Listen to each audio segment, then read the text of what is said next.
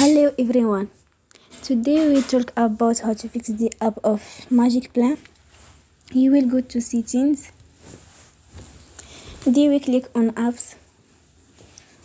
After that we search the app Magicplan and you will click.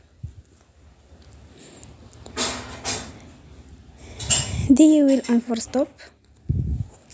After that you will go to storage. Then you will click on clear cache.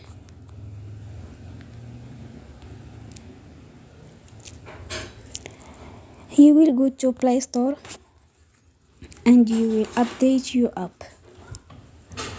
Don't forget to support us by like and subscribe. See you next time and thank you for watching.